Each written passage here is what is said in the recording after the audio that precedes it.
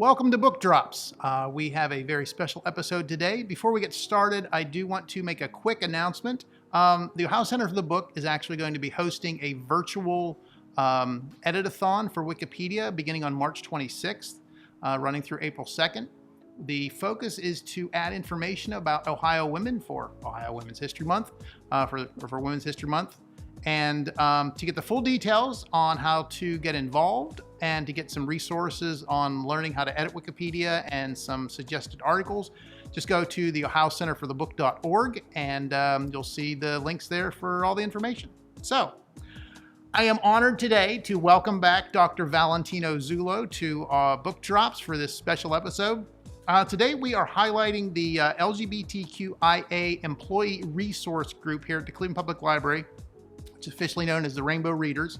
And we're celebrating their co-sponsoring with Plexus, the LGBTQ and Allied Chamber of Commerce, their co-sponsorship of the Cleveland International Film Festival screening of No Straight Lines, The Rise of Queer Comics. The film was directed by Vivian Kleiman, and it features creators Alison Bechtel, Jennifer Camper, Howard Cruz, Rupert Kennard, and Mary Wings. And we are excited to be part of the partnership with that, and we are looking forward to providing some additional information on comics in that general topic. And so if you do want more information on No Straight Lines and the Cleveland International Film Festival, you can get full details on the Rainbow Readers co-sponsorship and a discount code, I might add. Just check out the library's website at cpl.org. You can also get more information on the film itself and the festival at the festival's website at clevelandfilm.org. So, welcome back, Dr. Zullo. Thank you, Don. Thank you. Thank you for having me. We're so glad you were able to come today. We just literally learned about this recently, and Dr. Zullo's schedule did not... may I call you Valentino? You may call me Valentino. That works. Valentino's schedule did not allow for showing up on our regularly scheduled time, so this is actually pre-recorded, but we will be checking the comments in the comment section when this is posted on Facebook at our regularly scheduled Book Drops time on Wednesdays at 5 o'clock. So, No Straight Lines, The Rise of Queer Comics. I know that you were approached to help out with this and that you were excited about the possibility of being involved in the publicity of the movie. So yeah, no, I'm very excited about this. I think I'm thrilled that it's going to be part of the Cleveland International Film Festival. As I think I mentioned to you the other day, I actually donated money or whatever you, I don't know what you call it, but I gave money to the Kickstarter. I guess it's not considered a donation. I can't write it off, right? But I actually gave money to the Kickstarter. I don't know. It must have been 2016. I'd actually have to go look at my credit card bills. So I was delighted when it was finished and that it's become such a big hit. It's been touring the film festivals and now it's here in Cleveland. So I'm really excited that my first viewing of it will be at the film festival, and that also I get to discuss it, and because I literally have an investment in this outside of my academic exactly, investment. Yeah. I also have Literally. monetary investment in this film. So I'm very excited about this. No, this will be great. I've long followed the story of the film, and I was reading the No Straight Lines comic, the collection of comics that had come out, I think I want to say around 2014. I don't remember the exact year, but it had come out earlier in the decade. And so I know Justin Hall edited that, and I actually wrote to Justin, who's I think one of the producers on this film. I wrote to Justin years ago because when the Gay Games came to Cleveland, his book was essential for me when I prepared the lecture that we did here at the library.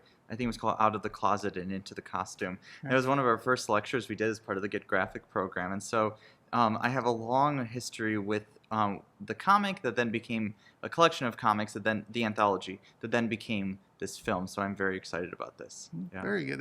And the fact that it's part of the Cleveland, this is, I believe, the new venue for the film festival and everything. Yeah. So this is a big year for the film festival, too. So just all the stars align, so to speak. All the stars align, yes. No, this will be great. As I mentioned, the creators that are highlighted in the film there's 5 of them. Let's see. So it's Alison Bechtel, Camper, Cruz, Kennard, and Mary Wings. And I think that Alison Bechtel is sort of like one of the big names I think that everybody seems to know Yeah. that's involved with comics. So, did you want to talk a little bit about the creators that are highlighted in the film first before we sort of dive into some of the larger genres? Yeah, so I think we could highlight some of them. Like, I mean, Alison Bechdel is obviously well known in comics, outside of comics. I mean, she's perhaps outside of Art Spiegelman, the most well known comics artist at this time. So probably everybody watching this knows Bechdel. I mean, whether it's from, I mean, even people that don't read comics know the Bechdel test. So, Just go ahead and what is the Bechdel test? Now that you good brought question. that up, that's Good yeah. question. So, the Bechdel test is a test that Bechdel creates in her series Dykes to Watch Out For. And in the series, she has two of her characters are talking to one another about going to see a movie. And the one says, see, I have this rule. If I go to a movie, it has to have two women in it who two talk to each other, but three something other than a man. And she's like, it's a difficult test, and it really is. It's quite revealing that there are how few films we have where there are two women in it who talk to each other about something other than a man. And when you add in other categories of other identity categories, such as being a person of color, like if you want like at least for one person to be a person of color, or have or present some disability outside of or the typical able bodies we see in film, it's almost like impossible. And so it's still a problem. This is the 1980s. That she's making this claim in Dykes to Watch Out For. And so I know that she credits. I wasn't prepared to do this. She credits. You didn't know there was going to be a test. Yeah, I didn't know Sorry. there was going to be a test.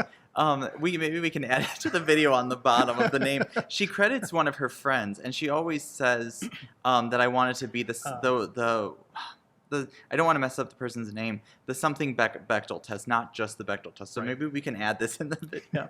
She says it on the comic. I was not prepared to be quizzed. But yeah, I do think it's an incredibly important contribution to culture. I mean, Bechdel has contributed so much, and I mean, even in that way the way that her comics are really critical of our contemporary world. I mean, still. So I mean, Dykes to Watch Out For is a great series. Also, talking about her, I mean, Fun Home, which is also an exceptionally well-known work and a wonderful comic.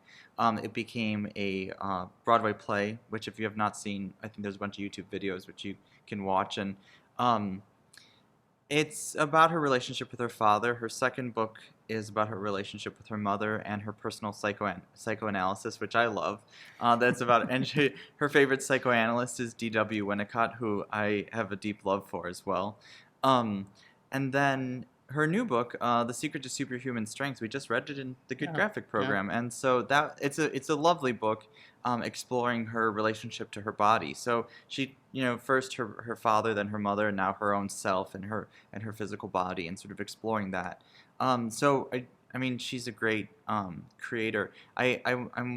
I recommend her, though. Everybody, I don't know that I have to actually be the one to recommend her. I think you should just go read her work. Her work's done a good job of that. Yeah, exactly. Yeah.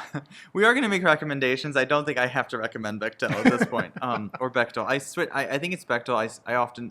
Sometimes I switch back and forth, saying you're wrong. And I find it interesting. She grew up in Pennsylvania, so basically next door, and she also attended Oberlin. She did attend Oberlin for 2 years. There's an Ohio connection too. So yeah. So there you go. Yeah, she is. Yeah, she's definitely. I consider her an Ohio author because she was at Oberlin for a couple of years. Yeah, We'll take it. Some of the other people that are in the film are Rupert Kennard, and we do have one of his books here, which is BB and the Diva. He is an African American creator, so I think that he was definitely pivotal in the early creation of this. Is it a genre? How would you the topic of the film? Would you call it a genre? Would you call it a topic? Would you call it? How would you characterize the? So that's a good question. Subtitle, right? So I consider comics, as following many others like Scott McCloud and others. I consider comics a medium. Within comics, it's a good question because they do shift between genres, right? Between fiction, nonfiction, and memoir, history, sci-fi, fantasy. So. I guess queer comics, I might call it a can we call it a subgenre? We can call it anything we want to at this point, as a matter of fact. I mean, I guess we can call it whatever we want. I guess because it is. I mean, you look at some of the books that we got, and we run the gamut here from memoir to science fiction, just regular fiction, superheroes. Yeah. So that it's sometimes more of the author almost than, but then those life comes through the medium as well. So I mean, it's an interesting. I never really thought of it until we sat down and started talking. But it's one of those things. What is that? I mean, is it? We're going to go. I guess we're going to go subgenre, but even that, I mean, it's not. It's not a narrow category. No, And thinking about it, it is a way of, like I said, just sort of like life coming through storytelling and that sort of thing. So you have elements that maybe weren't looked at or weren't highlighted in years past, and if you have two characters of the same gender that end up falling in love, that's just a regular fiction work. That's something that it's not it should be no big deal, I guess, is what I'm saying. but I think that it almost has to be to sort of highlight the different creators and the different things that are coming out these days.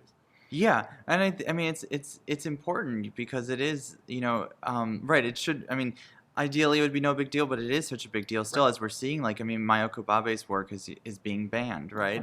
We're seeing. I mean, Bechdel's work has been banned. I mean, a lot of these works have been banned. So I mean, it's also just still a political act to tell these stories. Which, I mean, I wonder if That's a very good way of putting it. Yeah, and so I don't know. I mean, just to go back to what you were saying, yeah, I mean, subgenre doesn't work. It sort of like just pierces right through categories, right? And that, I mean, like queerness does, right? I mean, I think they're by nature queer in the sense that they're made by queer creators, but also they sort of just push aside and go right through, like the parting of the Red Sea almost. I had to get that. I went to Catholic school. I have to get that in there. Yeah, that's what's in my mind. I was like, what's the image that's in my mind? I was like, it's these queer creators are parting the Red Sea. There you go. So, but no, they are. I mean, by nature, because of the queerness, they are sort of just uncategorizable because. Yeah, I mean, and whether it's by queer character or author or whatever, however it's introduced, because we have, like, Batwoman is one of the ones that we have here, is by Greg Rucka, who is as far as I know, is a heterosexual man. And so, but Batwoman is an incredibly important queer character to comics. And that moment in time was so important. I guess I'll just share this right now, but that particular comic, when it came out, I mean, she was the first. I mean, I remember, like, when I was younger and I remember seeing it, I was like, this is a huge deal. You have an LGBTQ character on the front cover of Detective Comics, which is DC Comics' longest running series. But also what also is significant is there's a history to the previous Batwoman. And the way that she was created as just an object of desire for the original Batman, and she was always being looked at. That was always sort of her role.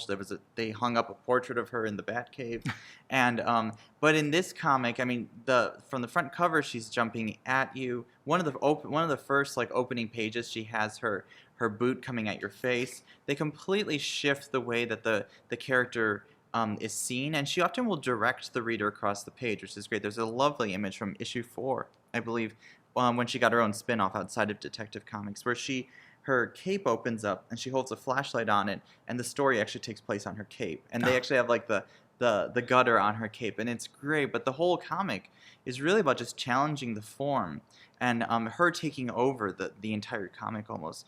Paul Petrovic, who is a comic scholar, actually says that she queers the frame, if I remember right. He says she queers the comics frame, which again, I mean, these are interesting things that happen. The way when new creators come in, not only are new spaces introduced, but also the very form gets challenged.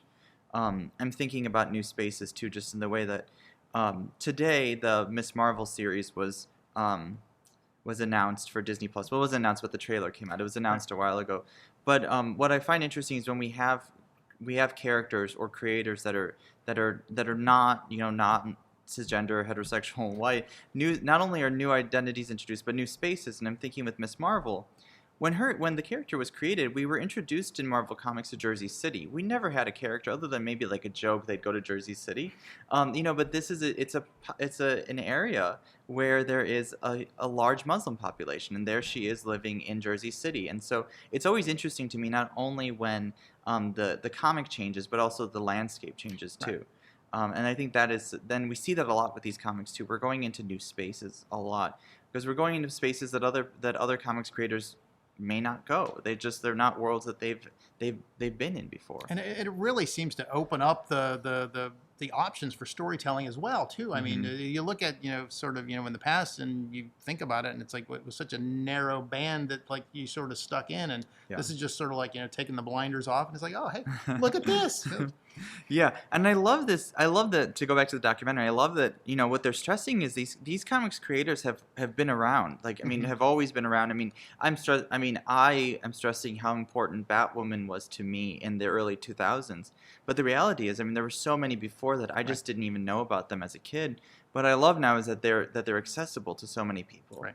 They're really stressing this decades-long history of queer comics creators, and the great influence they've had on the form. I mean, as I said earlier, I haven't seen it yet, but I've read the anthology, and I've read enough about it that I know that is one of the pushes for the film. One of the things that they're trying to show is that this is not new, right? This is not new. That there's a long history to this, and some creators have sort of gotten more attention than others. Like Bechdel is so recognizable, but the works of Howard Cruz are just as important. Or the works of Jennifer Camper are just as important. And I think Bechdel would say that as well, and that they also were, it was a community as far as I understand. I mean, they knew each other. I mean, comics creators knew each other. It's not like they were in coffee shops drawing with each other, but I know as you can see old just interviews between creators or just panels where Howard Cruz is talking to Bechdel, and they'll talk about this history with one another. There were so few of them, so few queer comics creators at one point that they knew each other, and they influenced one another, whether consciously or unconsciously. And we had mentioned before we started filming that Howard Cruz just passed away in 2019, as a matter of fact. So just shortly after the film was probably completed, or even still in I think it was still in production. Yeah. So I mean, he's interviewed, but I haven't seen it yet. But I'm wondering at some point they must address the fact that he passes away. I'm almost certain the film is still in production. But yeah, they do interview him, and so this is also. I mean, the film is it's an honor for him to be there, and it's also sort of just honoring him. I imagine. I mean, he's one of the great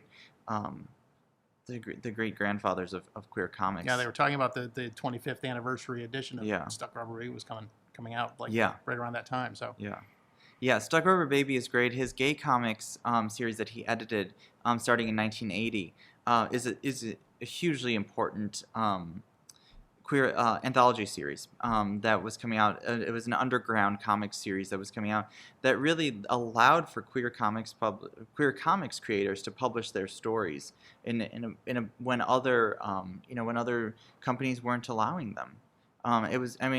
It's an amazing series. Unfortunately, it has yet to be recollected. I'm hoping that we'll learn that it's being collected at some point.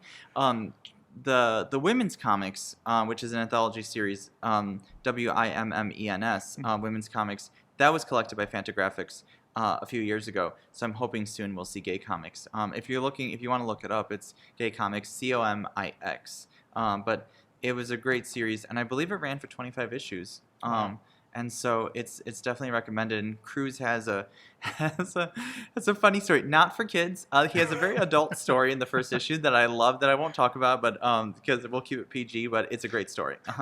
So not for kids, but go find gay comics. Great, they're great stories. And that is one of the things that I think comes up over and over again whenever I talk about comics too. Is that, I mean, just the fact that it's a comic does not mean it's for children. You can tell stories for children. You can tell stories for teens. You can tell stories for adults. And it's again, it's a medium. It's a medium of storytelling that I mean, people are sort of Got to break that mindset, man. Right. This is the problem with queer comics, though, is that, like I said, I feel bad saying like gay comics is not for kids because at the same time, I want. There's plenty here, and I'll talk about them in a second. But it's interesting, right? Because when I talk about comics, I want to say they're not only for kids. When I talk about queer comics, I want to open it up for kids, and I whenever I say, oh, they're not, this is not for kids, then I feel bad. But that one I don't. Those stories I think are more like teen and up. But there's wonderful comics that are for adults and then lots for kids. So Unstoppable Wasp is a book I highly recommend.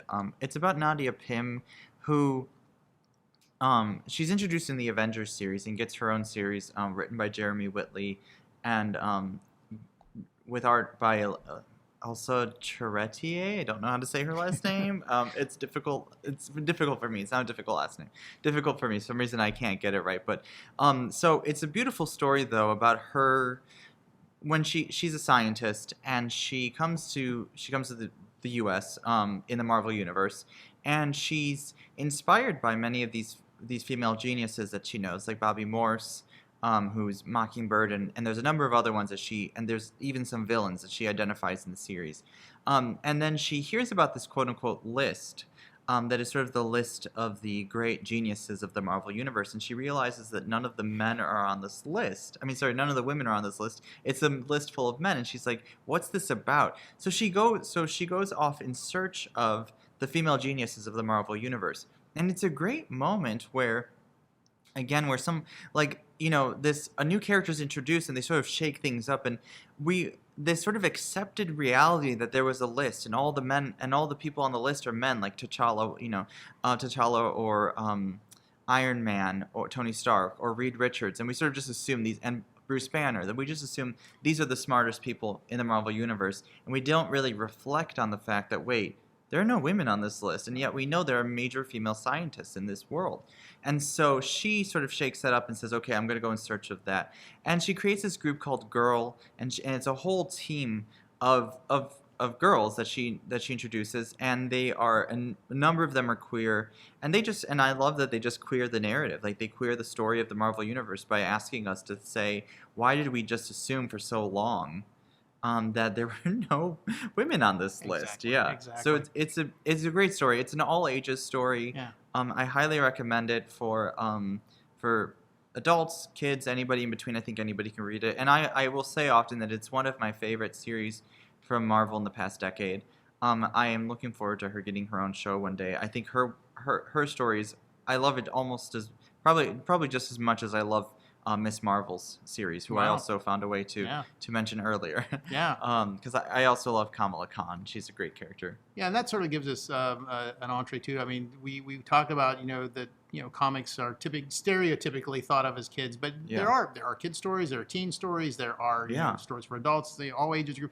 Which brings me to Laura Dean Keeps Breaking Up With Me. This has to be one of my favorite comics. And I always make a point of saying it is by Mariko Tamaki and Rosemary Valero O'Connell, because the illustrations are every bit as much part of the storytelling as the text is as well. But it's absolutely a gorgeous book. The use of white space and the use of the monocolors and the very, very minimal coloring, but it is so well done. I will say I rooted for Doodle the whole way through. I've said that before, and I'll say it again. You just have to root for Doodle. And I'm not going to give any spoilers or anything, but if you're looking for just a well-told story for all ages, for older teens, adults, anybody, this is definitely the way you want to go. It's an excellent use of the medium in all of its different ways of telling a story. Yeah, I love it. As I said, I mean, I know that I think I introduced it to you, right? Was I the one that introduced you? Yeah. It's one of my favorite comics. Technically, I think my daughter introduced me to it. Oh, right. That is true. Well, they introduced you at the same time. Yeah, exactly. We both mentioned it like the same week. Synchronously. I highly recommend it. I'm a big fan of Mariko Tamaki. She has great stuff with like Steve Pugh. Like, she has Harley Quinn Breaking Glass. I think we have Mariko Tamaki up here. I'm not Starfire. I'm a huge fan of Mariko Tamaki. This is perhaps my favorite book by Mariko Tamaki by far. but highly recommended. And like I said, not only that, I mean, if you want to read this and read all of Tamaki's other work, they're great. And we talked about, those are fiction titles, but I believe we were also going to bring up a couple of the nonfiction comics as well, because it's such a good way to provide nonfiction material as well. Right. Yeah, one of my favorites that I brought up is Queer, A Graphic History. So it's about the very complex history of queer theory, queer activism, queer identity, how the three are inextricably linked to one another, and they explore the ways that queerness is sort of an ever-evolving term, identity, and the ways that it shatters previous identity categories, and has really asked us to rethink about our contemporary world. And the graphic history is beautiful. It's by if you've ever read any of the Introducing series, which they do series like Introducing Metaphysics, Introducing Psychoanalysis, which I always have to get that in there. I highly recommend all of those, but I definitely recommend Queer Graphic History, and I believe they have a Gender Graphic History, which I did not bring up here because I have yet to read, so I cannot personally recommend it, though if it's anything like this one, I highly recommend it. It's a great book. But yeah, I mean, you'll learn a lot. It distills academic theory into very simple, in a very simple way. And honestly, I wish all of my textbooks looked like this. I would have read a lot more in high school and college. Yeah, it's almost a stealth way of learning too, because they pack so much information in and really draw you in with the illustrations and everything too. So it's very well done. It's very well done. The other documentary nonfiction work that we have pulled out here is Our Work is Everywhere: An Illustrated Oral History of Queer and Trans Resistance. This is just an absolutely stunning work. Here's that. We have. There's that. So it's both it's written and illustrated, but what it is conversations with various activists and healers and personalities within the trans and queer community, and it is really stunning to look at. Lots of good information in there. It was also published in 2021, so it actually ends with a section on COVID-19 as well. So it's a very up to date. Yeah. I would also say, I mean, other recommendations. I brought some manga up here. My Brother's Husband by Gengoro Tagame is a really great series. And I thought it was interesting. I was going to bring this up whenever you had actually mentioned the term political act. Some of these are a political act, and this with that cross-cultural sort of things with the Japanese and the Canadian it's a sort of along the same lines. Yeah, no, it is. It's a great story that explores what it means to be queer in Japan from a creator that has lived there. And so the story, in short, it starts and without My Brother's spoilers. Husband, I believe. Did we say the title yet? I think it's. Oh, did I not say the title? My Brother's Husband. If I didn't say the title, My Brother's Husband is about the husband of the brother who has passed away, and the twin. He moves. So the brother's husband moves to Japan to go see the twin the twin of the man who had passed away. Sorry, I can't get this right for some reason. Anyway, they create a queer family. It's interesting, I think, because not only is it about queer identity, but also sort of the ways that new families can get created. And it's about queering what we understand of as family, because it's the dad is a single dad with a daughter, and his brother's husband comes to Japan. He deals with what it's like to be gay in Japan, but they also create a new family together. It's a beautiful, often sad story, but it's highly recommended. Also, in the realm of manga, I picked up a couple of volumes of Sailor Moon, which if you grew up in the 90s, you know what this is. I think we all watched it in the 90s on TV, but Sailor Moon it's a lovely TV series, anime series, and I definitely recommend it. The manga in particular highlights queer characters. Sailor Uranus and Sailor Neptune, who are on the covers there of the books that I showed, are together. Their love story is important to the third act of the manga. It's a beautiful story, and then in the fifth act of the manga, these characters from another planet are introduced, and they present as men in the world that they're in, but when they transform into women. And the comic explores sort of gender identity and sexuality in really interesting ways as they're also sort of fighting to save the world. It's highly recommended, and I think like for me as a young like queer person, like it was really influential. And I think, like I said, if you grew up in the '90s, you probably recognize it. Also, just fun little fact: these two characters who were in a queer relation, who are in a queer relationship, when it was first presented in the U.S., they had edited the series so that they were cousins. So, that was a whole mess. But I share this series particularly because it had an influence on me. But now finally, in what we're in 2022, but when they redubbed the series a few years ago, they were allowed to be lovers, and they were allowed to be together, girlfriend and girlfriend. And but yeah, I mean, when I was growing up, they were changed to be cousins. So it shows just like these are archives of the way that the queer identity has been excluded from history, and now we're at the beginning of it just being accepted into history. Though obviously it's still an uphill battle, as you mentioned. I mean, some of the books here have been banned, Right. but still, I mean, that's one example of just the way that in my lifetime, like I've seen the changing in the way that we talk about queer identity. But I definitely recommend Sailor Moon. Cousins. To quote George Takei, oh my. Yes, oh my, yes. And you're just like, so they're like, they edited heavily, but they're like touching each other's hands like with their fingertips, and I was like, do cousins like touch each other that intimately? Like I mean, I guess so. I mean, there's nothing sexual about it, but it's quite intimate. And I was like, I think they're more than cousins. I remember looking it up online and be like, oh, they're not cousins. Good, you did your research. Well I done. did my research. I looked it up, and I was like, okay. Excellent. I see that was changed. Now, I did want to bring up the Alison Bechdel, of course, is in the film, and she's really known for her graphic memoirs. Mm-hmm. We have Fun Home Yeah. right here, but that really does seem to be a part of the subgenre, or the memoirs are a genre in this sort of. Yeah. We decided subgenre, I believe, early on in our conversation. But do you have any? And again, I'm going to give you a test on this one. But do you feel there's any reason that memoir is such a popular way of telling stories in the graphic comics medium, or does it make it more personal? Is it what? Any insights into that? So I'll start with a quotation. I'm gonna get the quotation wrong, sort of, but I did an interview which I can find. I can probably link a PDF. I did an interview with Sina Grace many years ago, and in it he says that when an artist writes and draws their own comic, he says it's the closest to the human soul that you can get. Wow. And so I'm going to defer to him on that. That I think that is.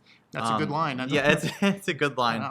And so I'm going to defer to him on that. I do think, though, from my academic perspective, so that's a very feelingful answer, right?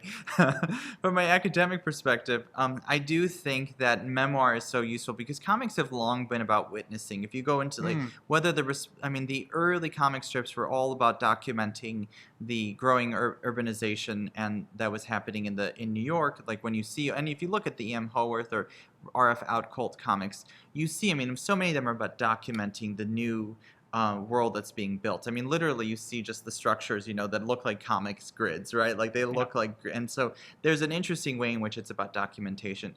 That will follow comics for a long time with, the Second World War and all the comics that will emerge during that period. You have pictures of like Superman I want to say it's like Action Comics 101 or something. Superman is literally taking a picture of the atomic bomb exploding. So it's this act of witnessing. Art Spiegelman has noted that the EC comics of the 50s were sort of a secular response to the Holocaust. It was actually the first fictional response to the Holocaust. It wouldn't be till 1955 with John Hersey's The Wall that a novel would be written in response to the Holocaust. So I think there's a long history of that, and I think in the age of the photograph, since the photograph, the thing is that photographs can capture things as best as they can. I mean, I don't want to say that they're not biased in some way, but when you have photography, you can have accurate documentation. Comics come in to do this, to put feeling back into documentation. Yeah. So with the rise of documentary through photographs, I think more and more we're seeing as these stories that are well photographed. The Iranian Revolution with Persepolis. Persepolis is a response to that documentation. The Holocaust with Mouse and all these others. The memoirs just puts feeling back into these long histories that are documented in photographs. I have nothing against photography. You should check out the photo library here, right?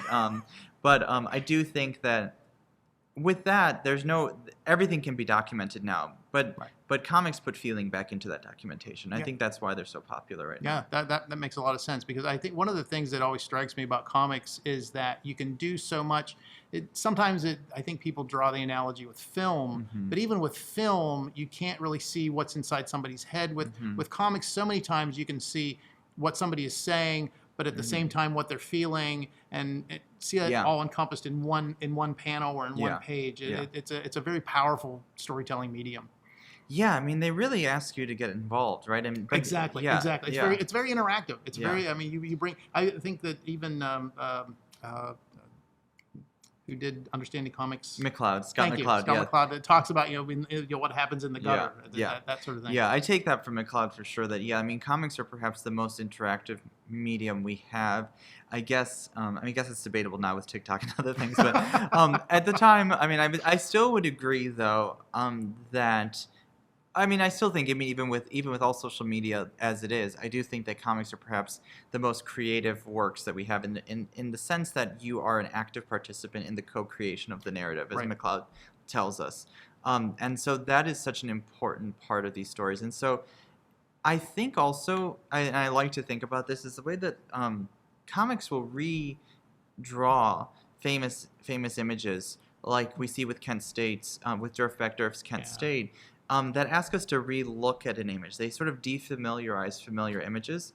Like, I love looking at Harvey Picar's drawings of the Terminal Tower. If I see another photograph of the Terminal Tower, I sort of just like, that I know what that is, right? Like, I mean, I started off that sentence like, if I see another one, like, but no. I think so often when we look at photographs, like, we say, we know what that is, and we don't spend too much time looking at it. I find myself doing that when I see an image of the Terminal Tower as something that we all know well in Cleveland. But when Harvey Picar redraws it, I take a closer look. I look more closely. I stare at it. And I do think that that's what comics asks us to do. And I think that's why the memoir really succeeds. It asks us to relook again, and this is so important, to relook again at stories and images that we think we know. Right. And ask, do we really know that story that well? And in an age of lots of conspiracy and all the rest, it's really nice that we can slow down and reflect on events. Yeah,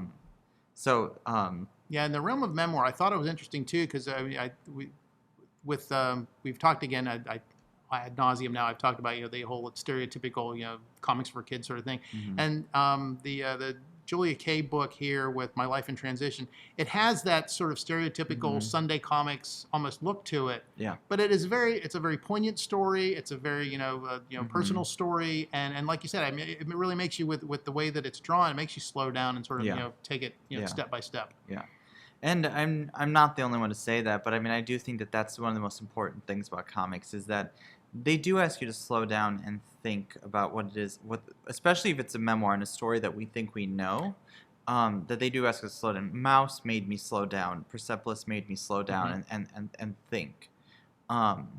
Think? I know, think. Right? Yeah. What is that? I know, right? Think. I'm not supposed to do that. You're not supposed to do that. Were there any other particular memoirs that you wanted to highlight? I don't think we mentioned. I think I just mentioned in passing, but Genderqueer, Maya Kobabe's Genderqueer is a fantastic book about being non-binary, and I think it's just a lovely introduction to exploring to Maya Kobabe identifying as non-binary and asexual, and thinking and not just saying that that is the identity that they have. But rather they explore it in the comic. And so Kobabe does a really lovely job of that in the comic. And so I love this work. I think we've mentioned almost everything else I think that's so. here. But yeah, there's plenty of queer comics. Yeah, and we are literally just scratching the surface. We didn't really mention the sci-fi, the On a Sunbeam Oh, by right, Tilly yeah. Walden. This is a great book. That's This is a fun book. On a Sunbeam. Tilly Walden's Spinning is also great. Spinning is a memoir. Also, I know we had some comics on Hoopla, yeah, right? yeah. So if you do have with the library, or even if you're watching this from outside of Cleveland, if you have Hoopla, you are able to get some comics through there as well. Some of the ones that I happened to just have downloaded here just before we started today, just to double check that they were there, were You Brought Me the Ocean. Yes. So I know that that's one of your I love that one. Yeah, it's a great DC comic. Yeah, You Brought Me the Ocean. It's about Aqualad. It's a beautiful story. Highly recommended. And then of course Cena Grace's Iceman. Cena Grace's Iceman. I mentioned Cena earlier. Yes, Cena has done good things for the library, so I always have to mention Cena. He's a great comics creator, super fun person. And then Cena Grace's Jughead's Time Police is also on which has Hoopla. to be one of the best titles I've seen in a while. Yeah, so it's actually and this sort is of the Jughead of Archie Comics. It's the Jughead of Archie Comics, Yeah. and Jughead has come out as asexual before this series, but the series sort of follows Jughead, who is identified as asexual, and it's a great comic that sort of brings together lots of that sort of critiques a lot of the mess that happens in continuity in comics as he goes back into history. And there's lots of references. If you don't know the references to there's a lot of 90s comics references that is made fun of. If you don't know that, it's fine. It's a great series. If you do know it, it gives an extra level of fun. Highly recommend that one as well. But there's lots, and I don't know. I mean, I'm thinking I would love to hear what other people are reading too, right? Exactly, What yeah. queer comics are you reading? Yeah, please feel free to yeah. comment on the comments whenever this is posted to Facebook. I will say that On a Sunbeam is available for free online. That Tilly you said started out as a webcomic and then came to print. The whole comic was printed online. I think it's still, as far as I know, as last I checked, is still available online. It is. And then it is. Okay, I okay. just checked. Yeah. So sorry. No. It started, finished, completed online, and then they published it as a comic. 2019 maybe. My timeline, I used to have a better sense of time, but since COVID I was like, was that 3 years ago, 4 years ago, 10 years ago? 10 years ago, yeah. So exactly. Anyway, pretty recent, great book. Tilly Walden is fantastic. Are You Listening is another Tilly Walden book I really like. Spinning speaking of memoirs, is a fantastic memoir. It's one of my favorite comics memoirs. So yeah, I mean, this is just scratching the surface, but we wanted to do something. There's so many web comics and stuff like that now too. Cosmo Nights was one that I had seen online as well by Hannah Templar. Yeah. So that's a fun one that's available online. You just go online and read the whole thing. But it just in the time that we've had today, I mean, you can only just scratch the surface, and that's what I think is interesting about the film No Straight Lines, is that it is just is an introduction to where basically this subgenre all started. Yeah. And I think that having the opportunity to partner with the Rainbow Readers at CPL and Plexus is such a great opportunity, and we want to thank them for including us in this partnership as well. So we hope that you enjoyed our sort of romp through the very iceberg top layer of these creators and the genres. I think that it is unique in and of itself. It is just an amazing way to get across information in nonfiction, but also very poignant and memoir and so many other things like that. So if you do want more information on these, feel free to come to the library's website at cpl.org. For information on our the Rainbow Readers partnership with No Straight Lines, double check cpl.org for a discount code very soon for buying a ticket from the Cleveland International Film Festival. Again, the information about the film itself, I believe the film actually has its own website as well, but it is also at clevelandfilm.org, is the Cleveland International Film Festival's website. And any other closing thoughts, Dr. Zullo? Just come see us at the 2 screenings, because we're going to have a discussion, I think, with the director right, of the I film. believe so. I think I can say that. I think we can say that. We'll double. We'll edit this check. out if we can. I think so. Come and see the film April 3rd and April 4th. And there's an in-person screening, but there's also you can do it online as well. There will So be, if you do happen to live outside of the immediate Cleveland and Northeast Ohio area, you too can buy a ticket for a virtual screening as well. So don't hesitate to be involved with that as well. Yeah. So yeah, if you can't make it downtown, if you don't live here, but if you do come downtown to watch it, if you come, you get to see the new location of the film festival, and you get to hear us talk to the director. There you go. All right.